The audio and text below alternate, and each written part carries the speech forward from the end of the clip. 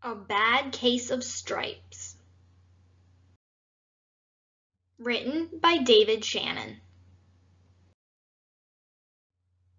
Camilla Cream loved lima beans, but she never ate them. All of her friends hated lima beans, and she wanted to fit in. Camilla was always worried about what other people thought of her. Today, she was fretting even more than usual. It was the first day of school, and she couldn't decide what to wear. There were so many people to impress. She tried on 42 outfits, but none seemed quite right. She put on a pretty red dress and looked in the mirror. Then she screamed.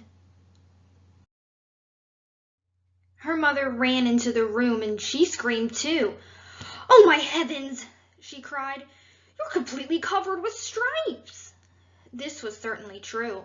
Camilla was striped from head to toe. She looked like a rainbow. Mrs. Cream felt Camilla's forehead. "Do you feel all right?" she asked. "I feel fine," Camilla answered, "but just look at me." "You get back in bed this instant," her mother ordered. "You're not going to school today." Camilla was relieved.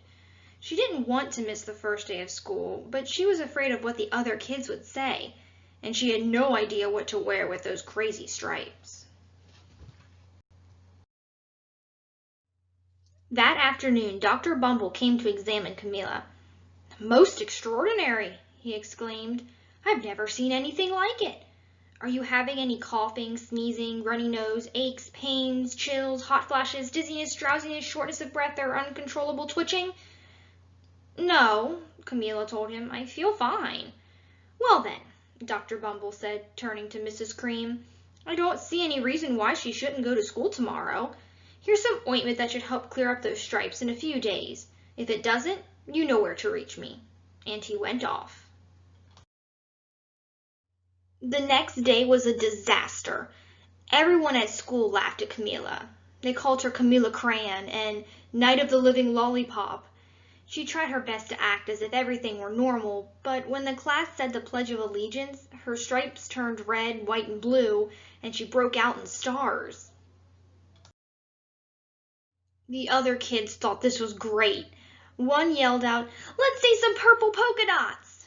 Sure enough, Camilla turned all purple polka dotty. Someone else shouted, "Checkerboard!" and a pattern of squares covered her skin. Soon everyone was calling out different shapes and colors, and poor Camilla was changing faster than you can change channels on a TV. That night, Mr. Harms, the school principal, called. "I'm sorry, Mrs. Cream," he said. "I'm going to have to ask you to keep Camilla home from school.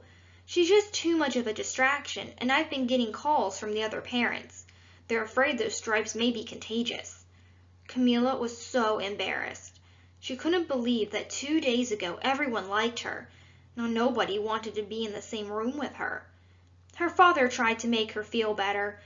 "Is there anything I can get you, sweetheart?" he asked. "No, thank you," sighed Camilla. What she really wanted was a nice plate of lima beans, but she had already been laughed at enough for one day. Well, yes, I see," Dr. Bumble mumbled when Mr. Cream phoned the next day. "I think I'd better bring in the specialist. We'll be right over." About an hour later, Dr. Bumble arrived with 4 people in long white coats. He introduced them to the Creams. "This is Dr. Grop, Dr. Sponge, Dr. Cricket, and Dr. Young." Then the specialist went to work on Camilla. They squeezed and jabbed, tapped and tested. It was very uncomfortable. "Well, it's not the mumps," concluded Dr. Grop. "Or the measles," said Dr. Sponge. "Definitely not chicken pox," put in Dr. Cricket. "Or sunburn," said Dr. Young. "Try these," said the specialist. They each handed her a bottle filled with different colored pills. "Take one of each before bed," said Dr. Grop. Then they filed out the front door, followed by Dr. Bumble. That night, Camilla took her medicine. It was awful. When she woke up the next morning, she did feel different, but when she got dressed, her clothes didn't fit right. She looked in the mirror, and there, Staring back at her was a giant multicolored pill with her face on it. Dr. Bumble rushed over as soon as Mrs. Cream called, but this time, instead of the specialists, he brought the experts. Dr. Gord and Mr. Mellon were the finest scientific minds in the land. Once again, Camilla was poked and prodded, looked at and listened to. The experts wrote down lots of numbers. Then they huddled together and whispered. Dr. Gord finally spoke. "It must be a virus," he announced with authority. Suddenly, fuzzy little virus balls appeared all over Camilla. "Or some form of bacteria," said Mr. Mellon. Out popped squiggly little bacteria tails. "Or it could be a fungus," added Dr. Gord. Instantly, Camilla was covered with different colored fungus blotches. The experts looked at Camilla, then at each other. "We need to go over these numbers again back at the lab," Dr. Gord explained. "We'll call you when we know something." But the experts didn't have a clue, much less a cure. By now, the TV news had found out about Camilla.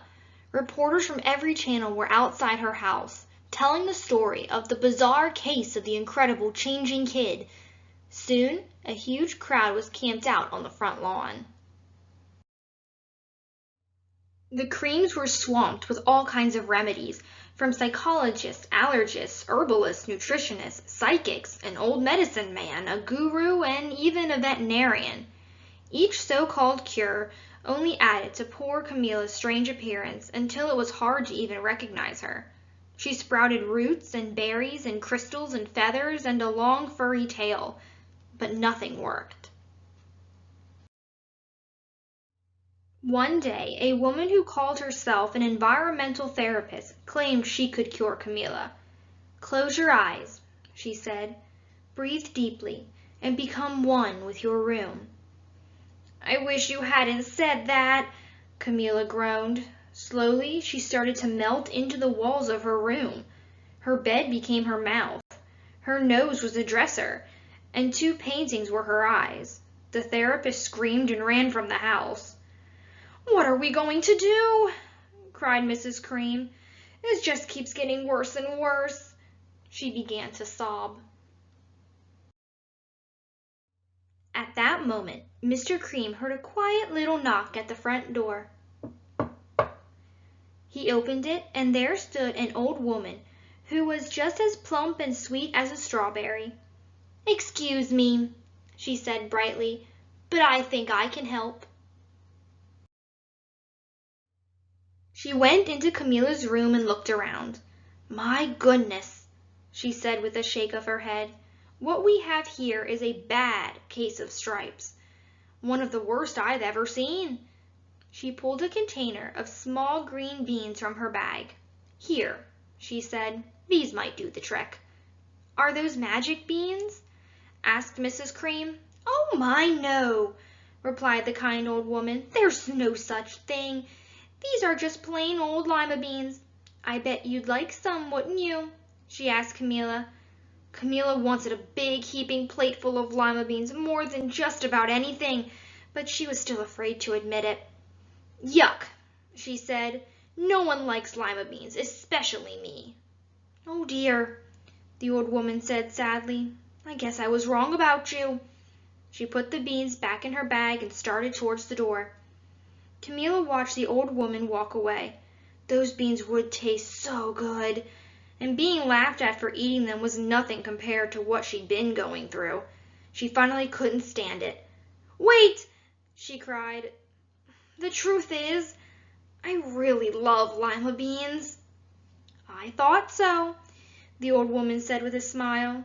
She took a handful of beans and popped them into Camilla's mouth. Said Camilla. Suddenly, the branches, feathers, and squiggly tails began to disappear. Then the whole room swirled around. When it stopped, there stood Camilla, and everything was back to normal. "I'm cured!" she shouted. "Yes," said the old woman. "I knew the real you was in there somewhere." She patted Camilla on the head. Then she went outside and vanished into the crowd.